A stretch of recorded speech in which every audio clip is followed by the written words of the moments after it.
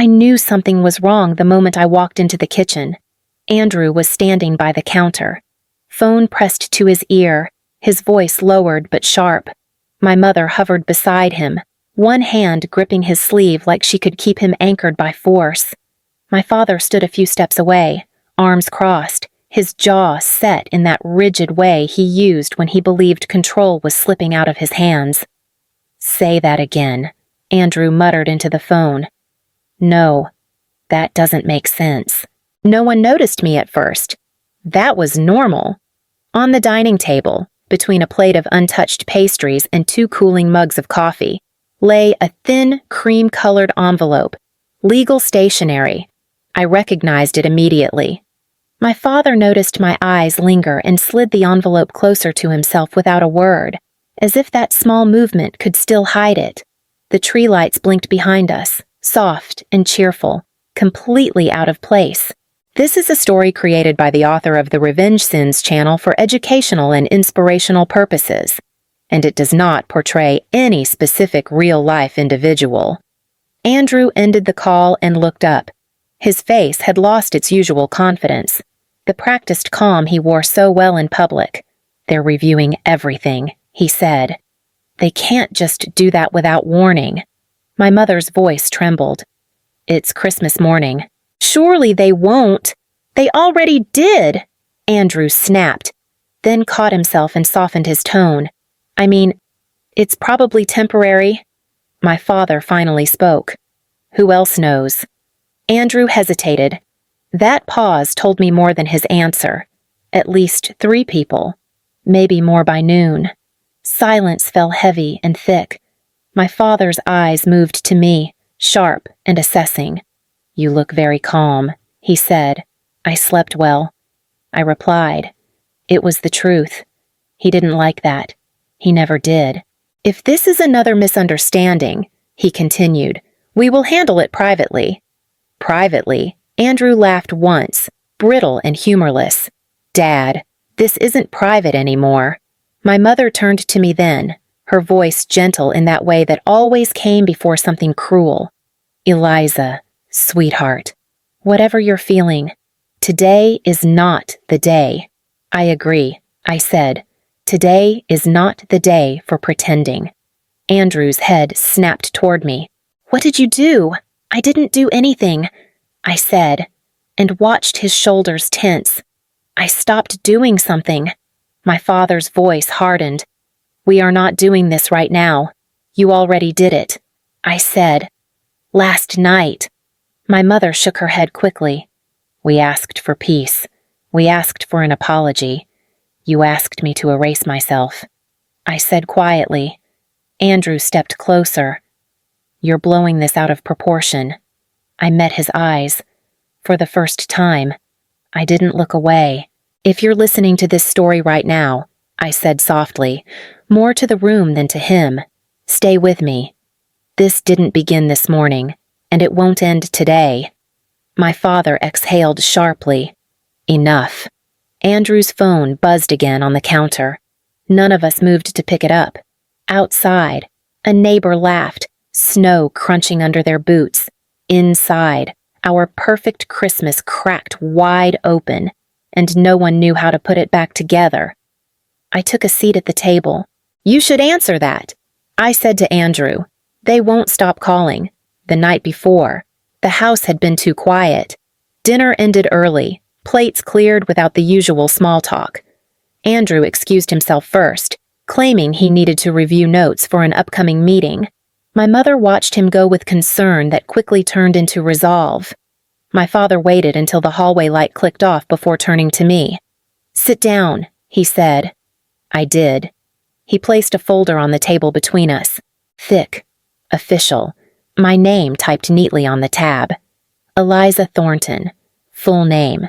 No affection in it. "We've talked to Andrew," my mother said, folding her hands together. "He's under a lot of pressure." "So am I," I replied. My father ignored that. What you accused him of could destroy his future. What he did could destroy mine. I said. My mother flinched. "This isn't about keeping score." "It always has been," I said. You just don't like the numbers when they don't favor him. My father opened the folder and slid a document toward me. Read it. I scanned the first paragraph. My chest tightened, but my face stayed still. It's an affidavit, he said. A simple clarification. It says I fabricated my claims. I said. It says you were under emotional distress. My mother corrected gently. That you misinterpreted what you saw. It says I lied. My father leaned forward. It says you take responsibility. For what? For creating a situation that could spiral out of control. He said, This ends it. I turned the page. My signature line waited at the bottom, blank and patient. If I sign this, I said slowly, any future inquiry into his work becomes invalid. Andrew's voice drifted down the hallway then. Is this still going on? He appeared in the doorway, arms crossed, expression practiced, calm, confident. She's reading it, my father said. Andrew smiled at me. This is the cleanest way. Eliza, everyone moves on, and if I don't, I asked. My mother reached across the table and took my hand. Then we can't protect you. I'm not asking for protection, I said. You are. My father snapped. You just don't want to admit it.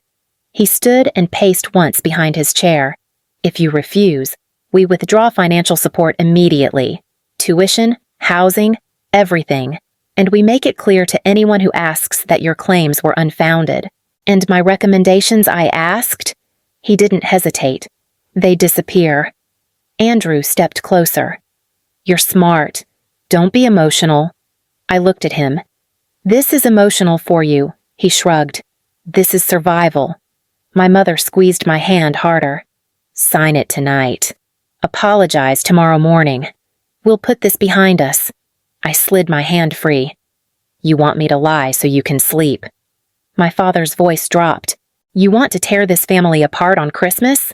I closed the folder and pushed it back toward him. I want the truth. Andrew scoffed. Truth doesn't matter if no one believes you. I met his eyes. It does if it's documented. The room went still. My father stared at me like he was seeing a stranger. Think very carefully, he said. You are choosing between your family and your future. I stood up.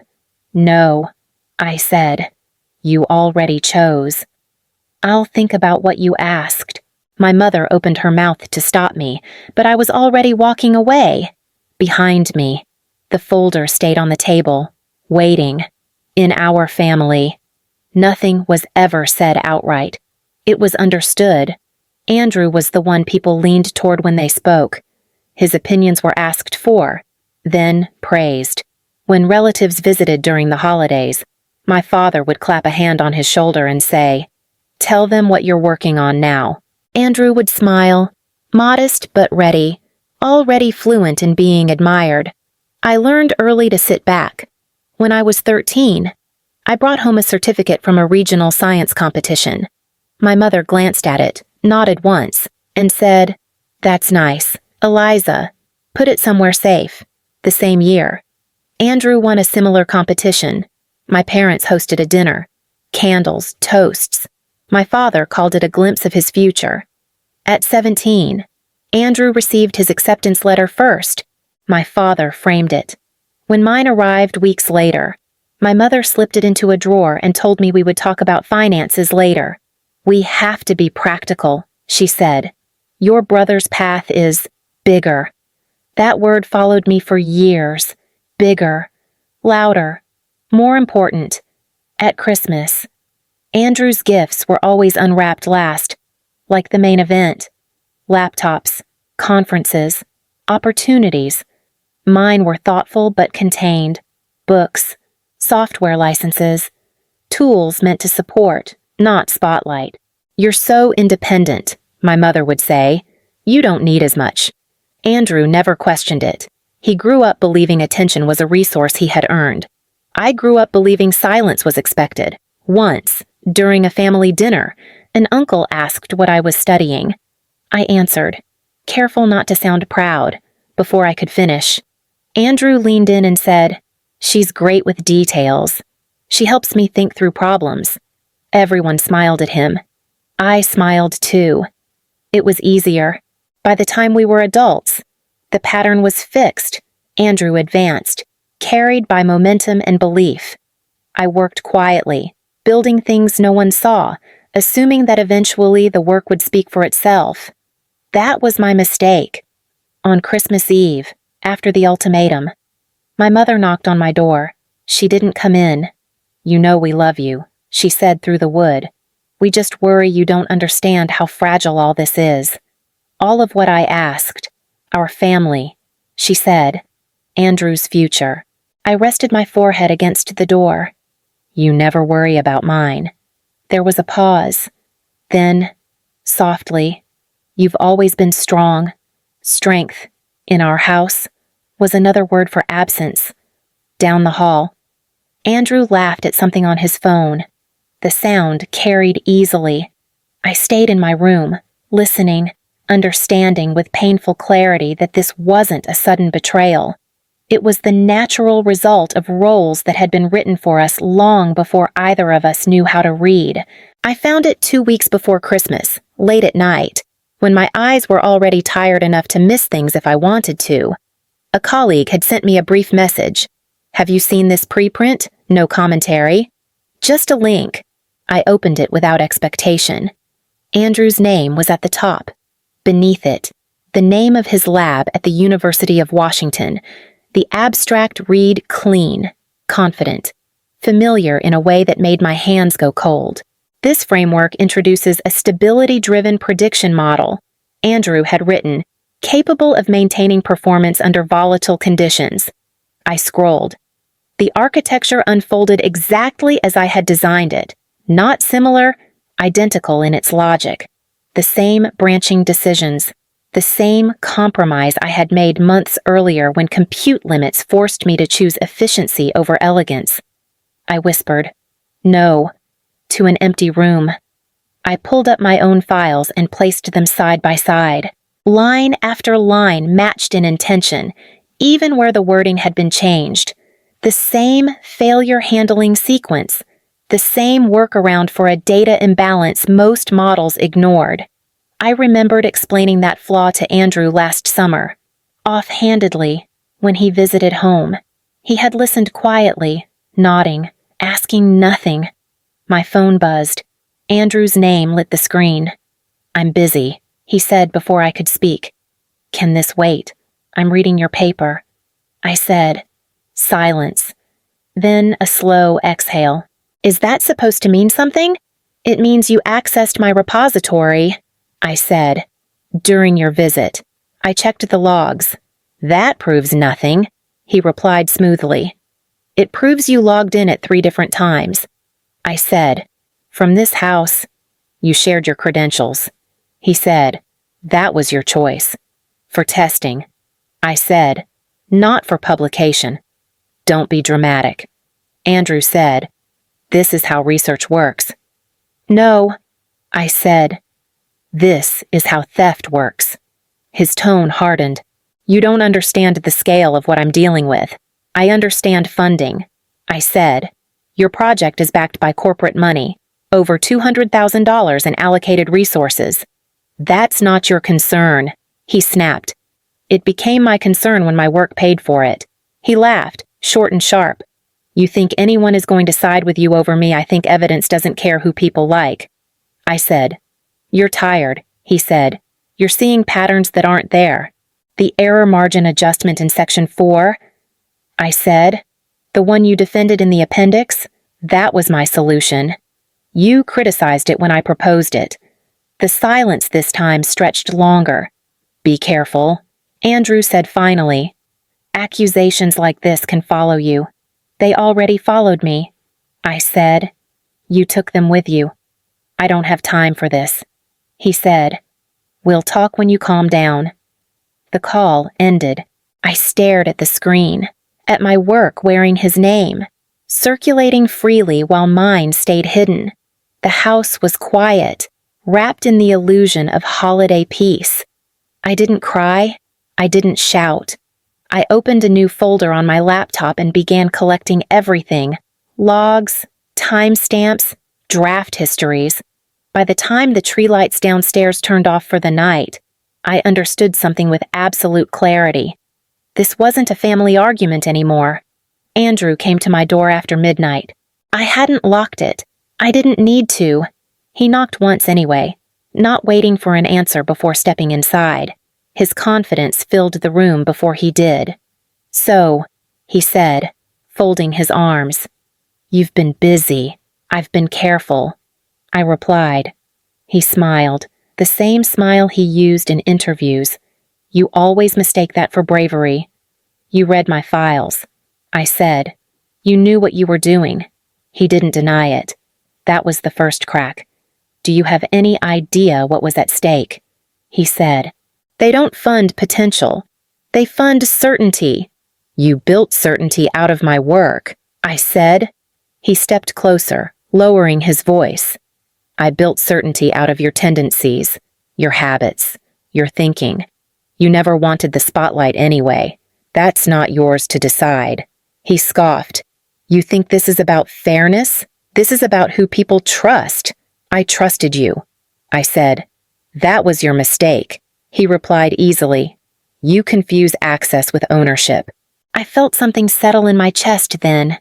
Not anger, not sadness, something colder. "You were supposed to protect me," I said. He laughed softly. "From what reality? From yourself?" His expression hardened. "You don't get to lecture me. You don't know what it's like to carry expectations. I know what it's like to carry silence." I said, "While you took credit, you gave it to me." He snapped.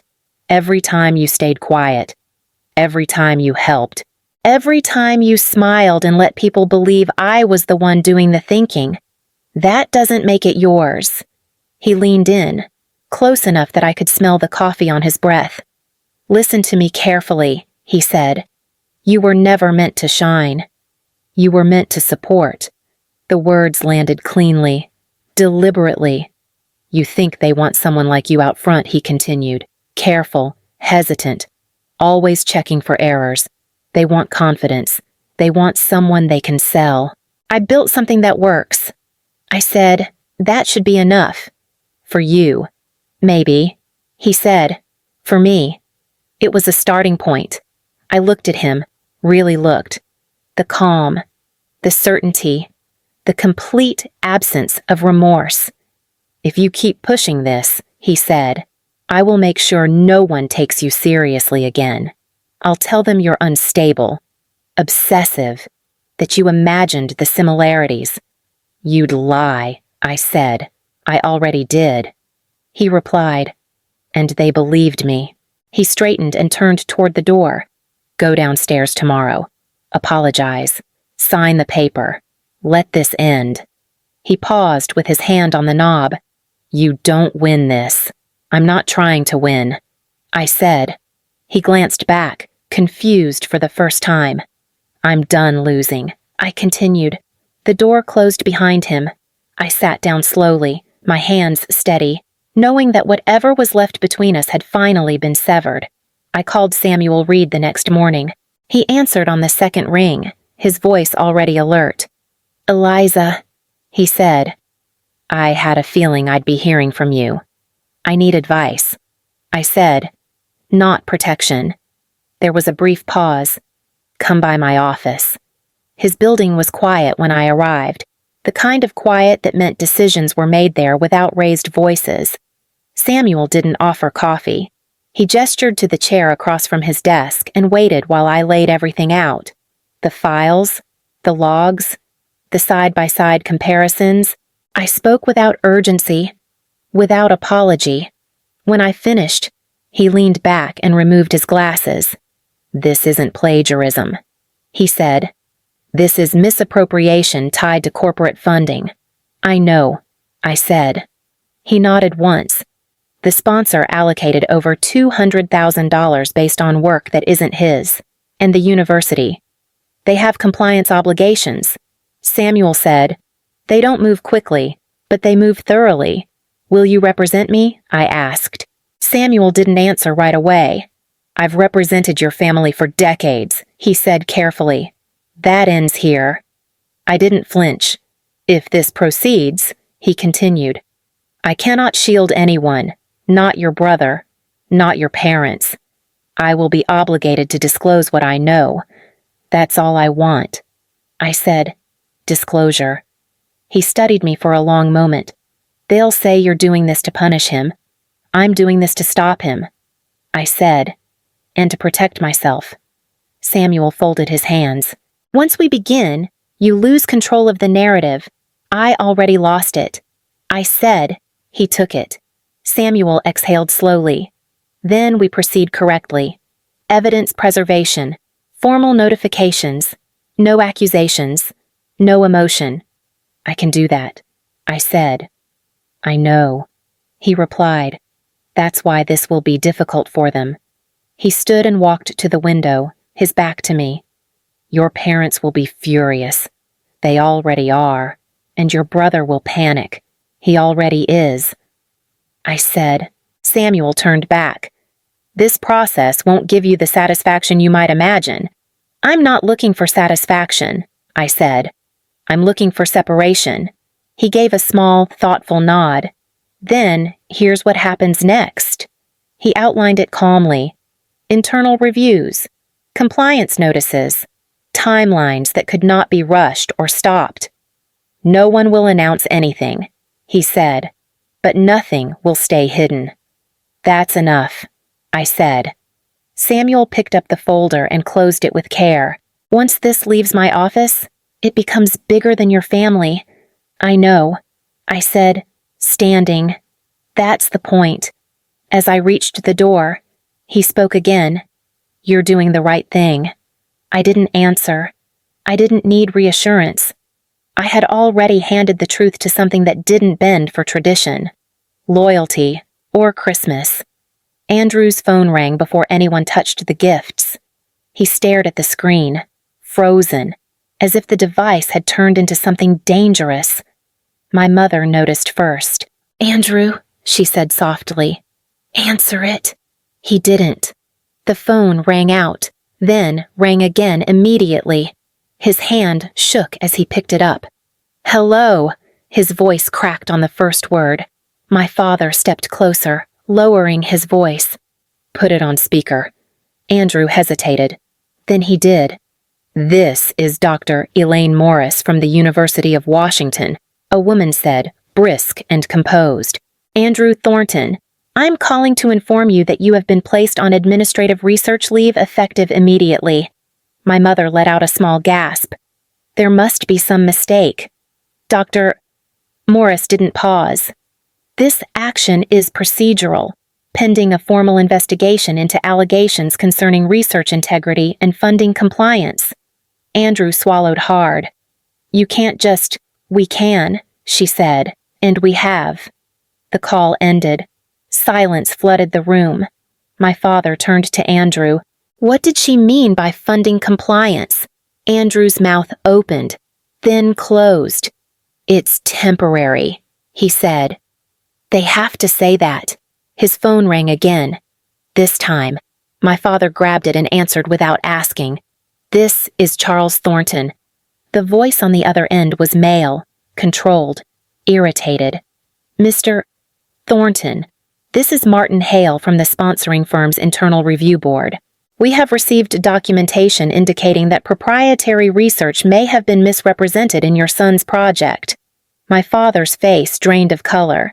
Misrepresented how the work used to secure over $200,000 in allocated resources does not appear to belong solely to him.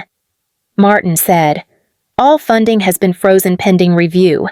Andrew lunged for the phone. This is blown out of proportion. Sit down, my father snapped. Martin continued, we are not making accusations at this stage. We are preserving evidence. Legal counsel has been notified. The call ended. My mother's voice rose, thin and panicked. Eliza, she said. What is this? Andrew turned on me then, his composure gone. You did this, he said. You couldn't just let it go. I didn't start it. I said. I stopped hiding it. You're destroying him. My mother cried. Andrew laughed suddenly, a sharp, broken sound. Destroying me? He looked at my parents. This is on you. My father stiffened. What are you talking about? You wanted perfection, Andrew shouted. You wanted the best name, the best school, the best future. I couldn't fail. Not once. That doesn't justify stealing, my father said. I learned from you. Andrew snapped. Image over truth, results over process. My mother covered her mouth, tears spilling over. Andrew, stop. No, he said, his voice rising. You don't get to stop this now. You made me. You taught me that being honest was optional if it threatened the narrative. He turned to me, eyes wild. Are you happy I met his gaze? I'm finished. He recoiled as if I had struck him. The room felt smaller, the tree lights glaring instead of warm. Wrapping paper lay untouched on the floor, suddenly ridiculous. My father sank into a chair, hands trembling. This was supposed to be a good Christmas. Andrew laughed again. Hollow. You got what you built. No one spoke after that. The silence wasn't peaceful. It was final. I stood, picked up my coat, and headed for the door. Eliza, my mother whispered. I paused, but I didn't turn around. Behind me, Christmas collapsed under the weight of truths that could no longer be contained. The house was quieter after Christmas, as if the walls themselves were exhausted. Andrew didn't come home the next night. My mother said he was staying with a friend, her voice tight and careful, like she was afraid the wrong word might break something else. My father didn't ask questions. He spent most of the day on the phone, speaking in short, controlled sentences to people who no longer sounded friendly. When he finally spoke to me, it was in the kitchen, standing where Andrew had stood days earlier. They're opening a formal review, he said. It could take months. I know, I replied. They've asked for all correspondence, he continued. Drafts, access records, everything. I kept everything. I said. He nodded once, the way he did when admitting a mistake without saying the word. The firm has suspended Andrew's involvement indefinitely. My mother entered then, holding an envelope. This came for you, she said, offering it with both hands. It was from Georgia Tech, a research fellowship, full funding, recognition of original work, my name printed clearly, without hesitation. My mother watched my face as I read. You're leaving, she said. Yes, I replied. Her voice wavered. So that's it. That's what happens when something ends, I said. Andrew called 2 days later. I didn't answer. He left a message anyway. They won't return my emails, he said, his voice smaller than I had ever heard it. They've reassigned my work. They're acting like I don't exist. I deleted the message. A week later, my father knocked on my door. He didn't wait for permission. I spoke to Samuel. He said, he won't represent us. He can't. I said. He says this isn't personal. My father continued, that it's procedure. It always was. I said. My father's shoulders sagged. Your brother may have to start over. I closed my laptop. So did I. He looked at me then. Really looked. As if measuring the distance between us for the first time. I didn't think it would come to this. I did. I said. When I packed, my mother hovered nearby, folding and unfolding towels she didn't need to touch. I should have listened, she said quietly. Yes, I replied. She flinched but nodded. On my last night in the house, the tree stood dark, stripped of ornaments. The space where the lights had been felt strangely honest. I carried my bag to the door. My parents watched from the hallway, unsure of their roles now. I'm not angry, I said. I'm done. I stepped outside and closed the door behind me, leaving the quiet to settle where celebration had once pretended to exist. 1 year later, Christmas arrived quietly, I was sitting in a small conference room at Georgia Tech when my phone buzzed. A calendar reminder I hadn't deleted. Family Christmas. I closed it without ceremony and turned my attention back to the table. "You ready?" my colleague Maya asked, gathering her notes. "Yes," I said. And for once, I meant it without hesitation. The meeting ran long. Good questions, hard ones, the kind that sharpened ideas instead of dulling them. When it ended, Maya smiled. "You don't disappear when things get uncomfortable," she said. "I respect that." I packed my bag and stepped outside. Snow had started falling, light and deliberate. My phone buzzed again. A message from my mother. "We're home. The tree is up. We didn't know if you were coming." I didn't reply right away. Instead, I opened my email and typed slowly, carefully. "I'm open to rebuilding something honest." I wrote, not something familiar. I read it once, then sent it. Later that evening, I joined a small group of colleagues for dinner. No traditions, no expectations. Just people who knew my work before they knew my history. "Where are you from?" someone asked. "I'm from here," I said, tapping my notebook. "This is where I work." They nodded, accepting the answer as complete.